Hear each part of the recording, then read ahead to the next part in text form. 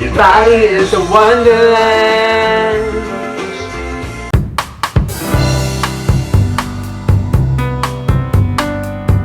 Hey friends, Isabella from Knitting Yarn recently talked about a concept that I found really exciting, which is the idea of crafty chores. They are the things that you need to do in your crafting life that maybe you're not super excited to do or aren't quite like knitting or sewing or whatever. They're just your crafty chores. So I have so many crafty chores to do. So I thought I would do something a little different today and put together kind of a chill vlog of me going through and doing all of my crafty chores. So what are those? This office is a total mess, so I really need to clean it because this is also my sanctuary, my cozy knitting space. I've spent a lot of my time over the last year or so making this office the place that I want to spend all of my time. For my birthday last year, I bought myself a really nice recliner. So I have a nice cozy knitting chair.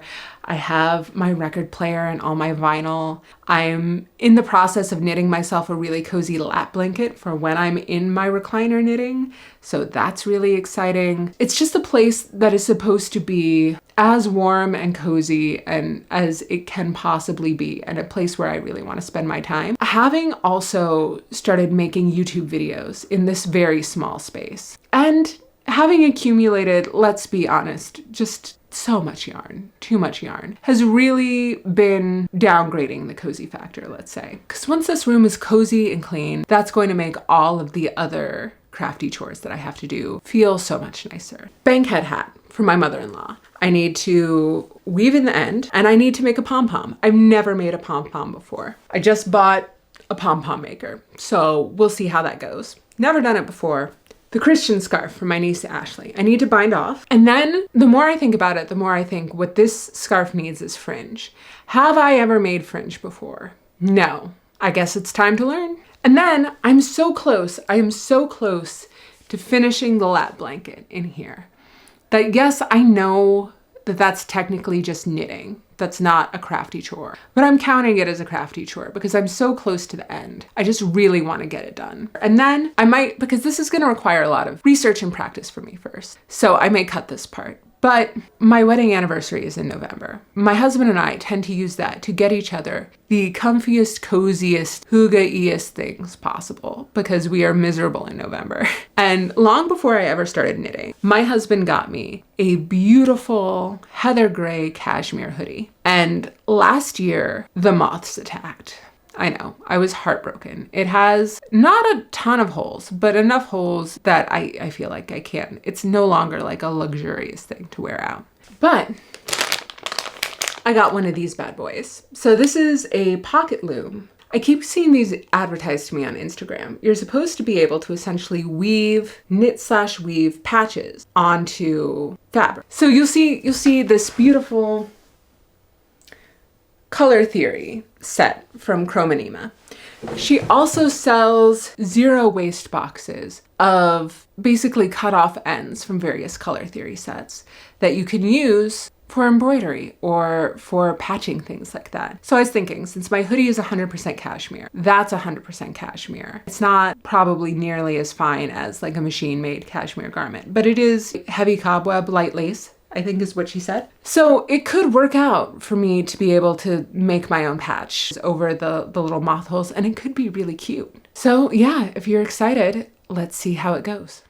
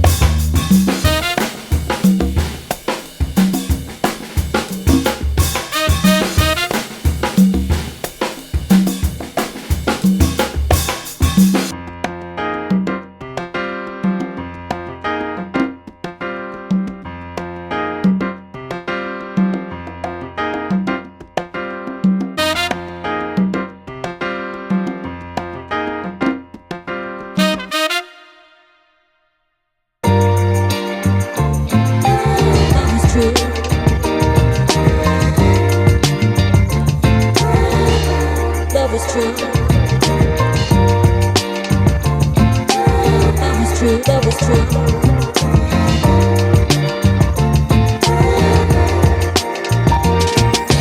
Love is true.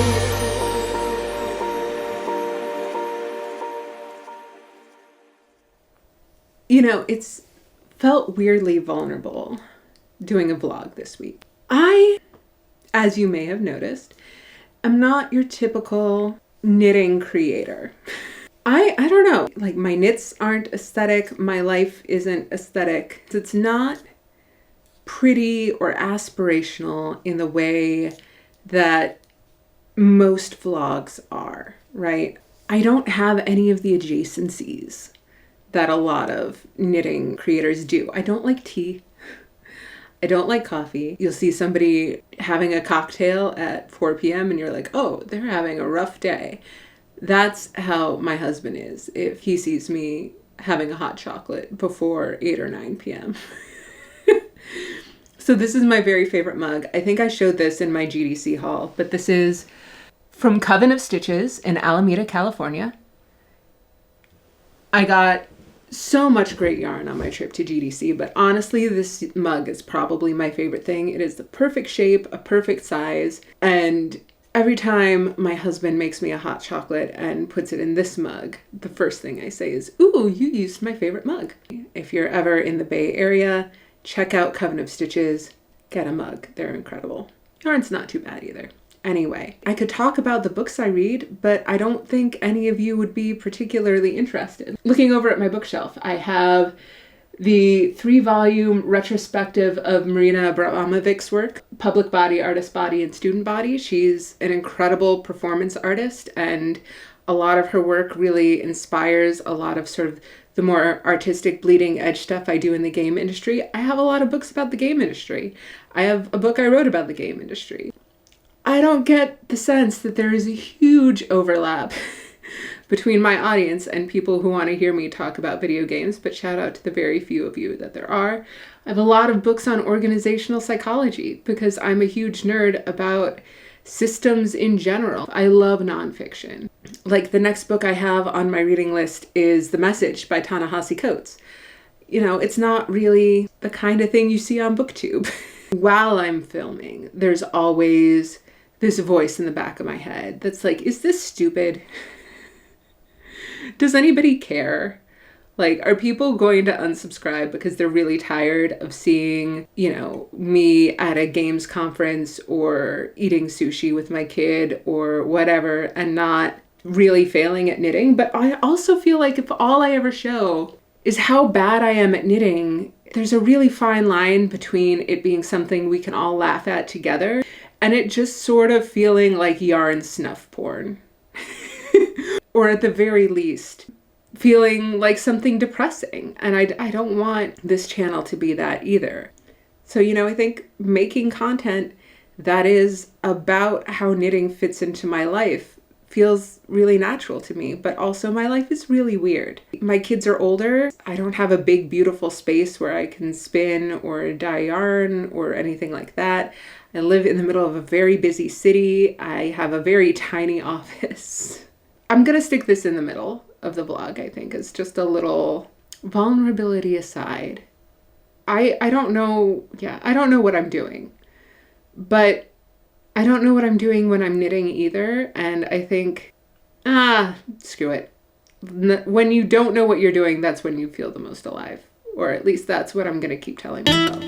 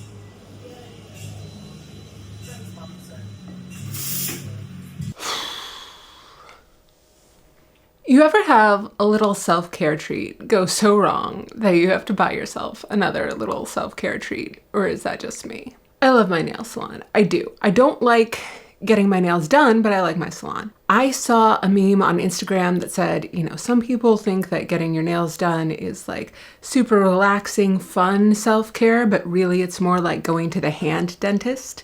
And that is 100% how I feel. Can somebody who gets their nails done tell me what you're supposed to do with the fingers that aren't being worked on? I try so hard not to touch somebody without their consent, but sometimes I feel like I end up just kind of holding the person's hand, and that's really weird. And my nail salon is like the Las Vegas of nail salons. And by that, I don't mean that it's particularly luxurious or opulent or has a lot of neon. What I mean is every time you walk in, it's a gamble. There are two fantastic nail technicians, and then there are what I like to think of as guest stars. They are one-off people you will never see again who will do the weirdest, worst possible job on your nails if you end up with them. So I've been like a raptor in Jurassic Park testing a fence, trying to figure out when the best times to go are. And I thought I really nailed it today. I went in very early on a Wednesday morning. I took an early lunch. It was looking good. It was looking like the guy that I always see was wrapping up with a client. So I figured, cool, this guy I've never seen before, just gonna soak the stuff off my nails, and then the guy that I always see is gonna do them, and I'm gonna be out of here in a flash, and it's gonna be great. No, this guy did my nails from start to finish, and I've never had somebody screw up in so many novel ways.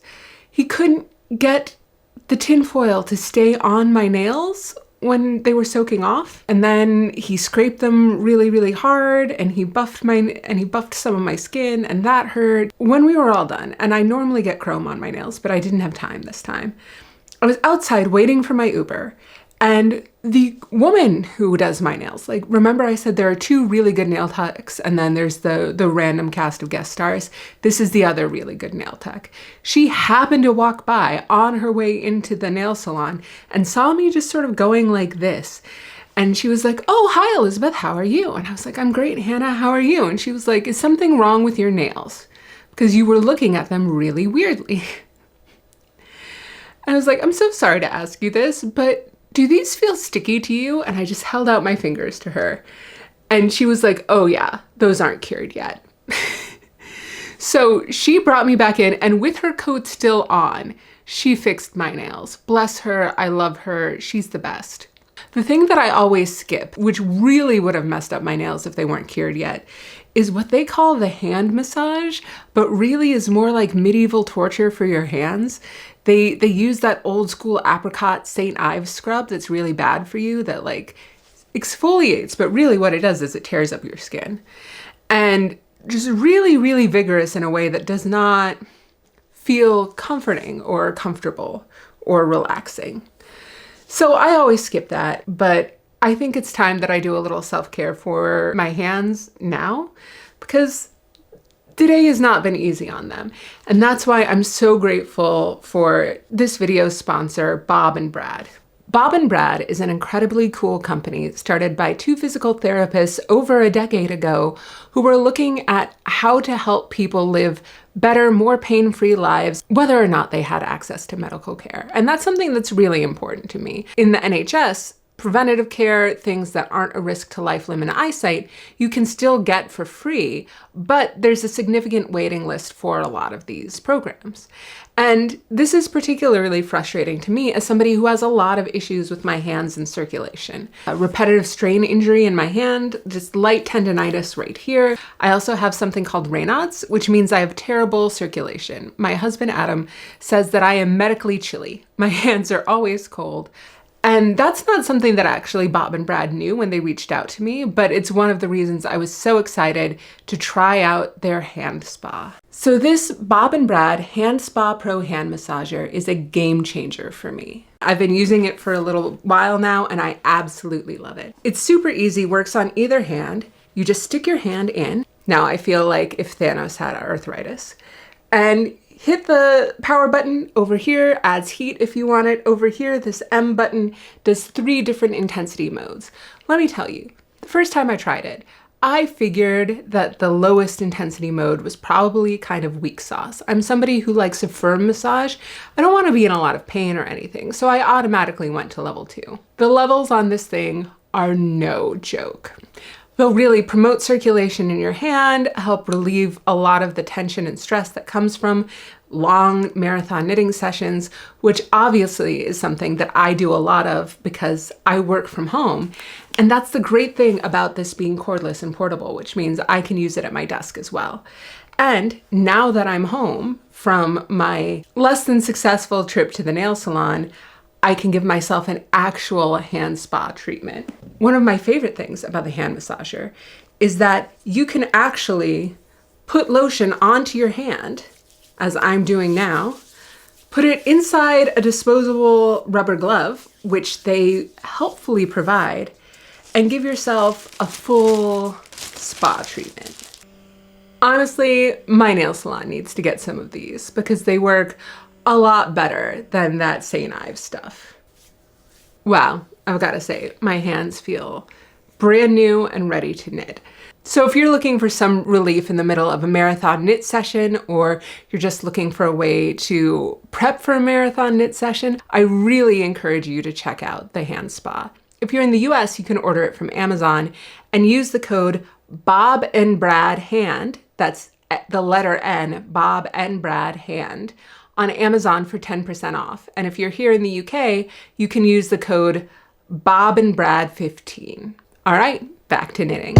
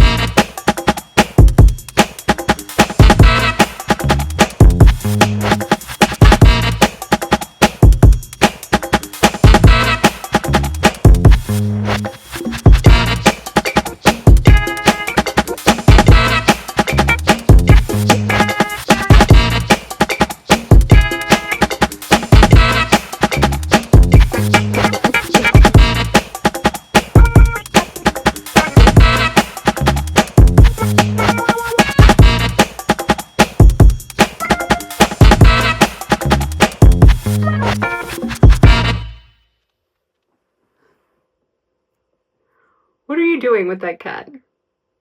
Oh, she's gonna kill me.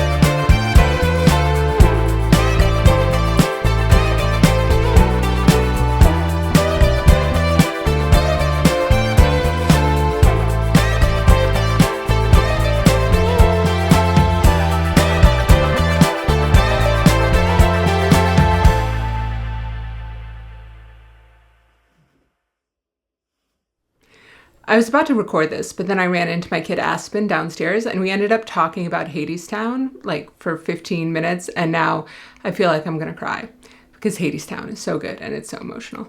It's a musical. You should check it out if you're somebody who likes musicals. Anyway, it's been a week since I started this video, so I thought I would let you know how all of my crafty chores went.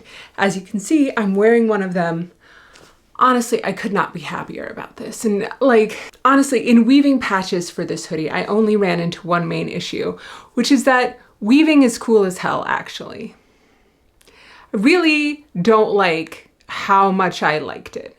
I don't like how much fun I had. I don't like the fact that even the patches that I screwed up, I think look kind of sick. Folks, I live in a small house in London. London is already full of small spaces to rent by American standards, certainly. I don't need to be thinking about where I would put a rigid heddle loom. I really don't need, and yet, I think I might end up in a weaving era in some point in the future, folks. It's just so satisfying. And then what am I gonna do with the fabric? Because you weave it flat, and all roads are eventually gonna lead to me learning how to sew, which I'm terrible at. I have zero scissors skills. I mean, okay, I should rephrase that. I am terrible with a pair of scissors. I don't have the fine motor skills to actually be able to cut things in a straight line or in a curve, or like follow a line or a pattern when I'm cutting something out.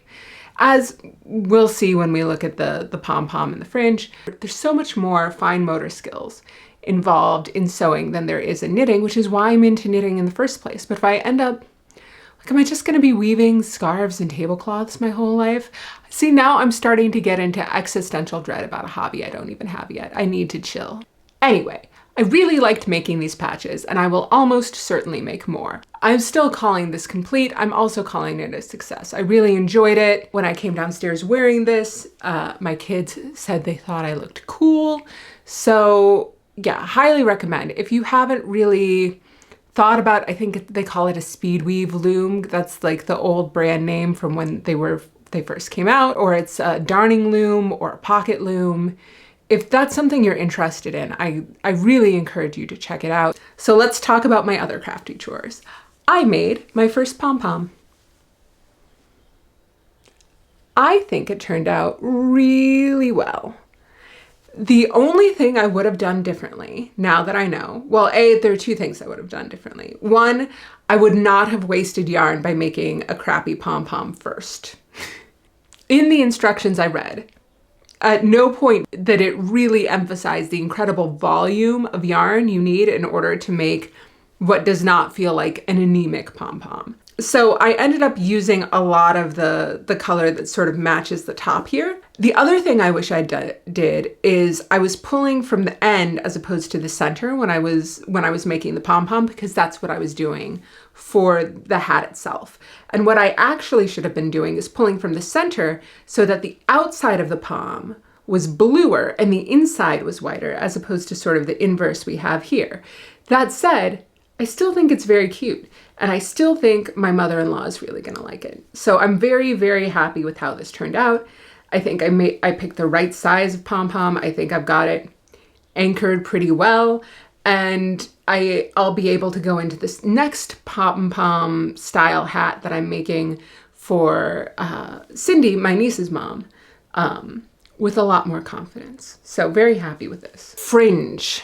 So I put fringe onto the Christian scarf,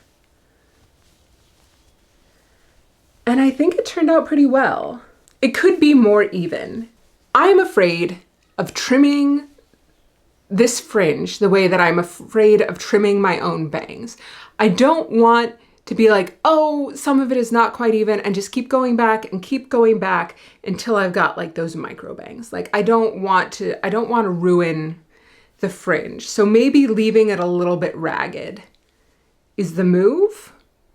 I don't know. I have until Christmas. Well, I have until I need to ship this for Christmas to figure that out. So if you have thoughts, do I trim?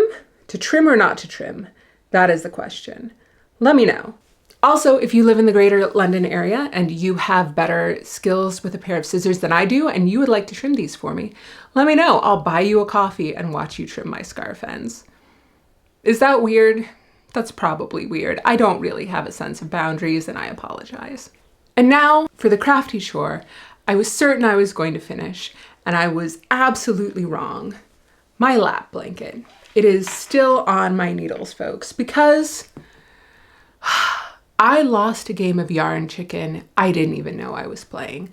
No, I still have this ball of alpaca, the last one in the world, apparently, when I purchased it. I didn't realize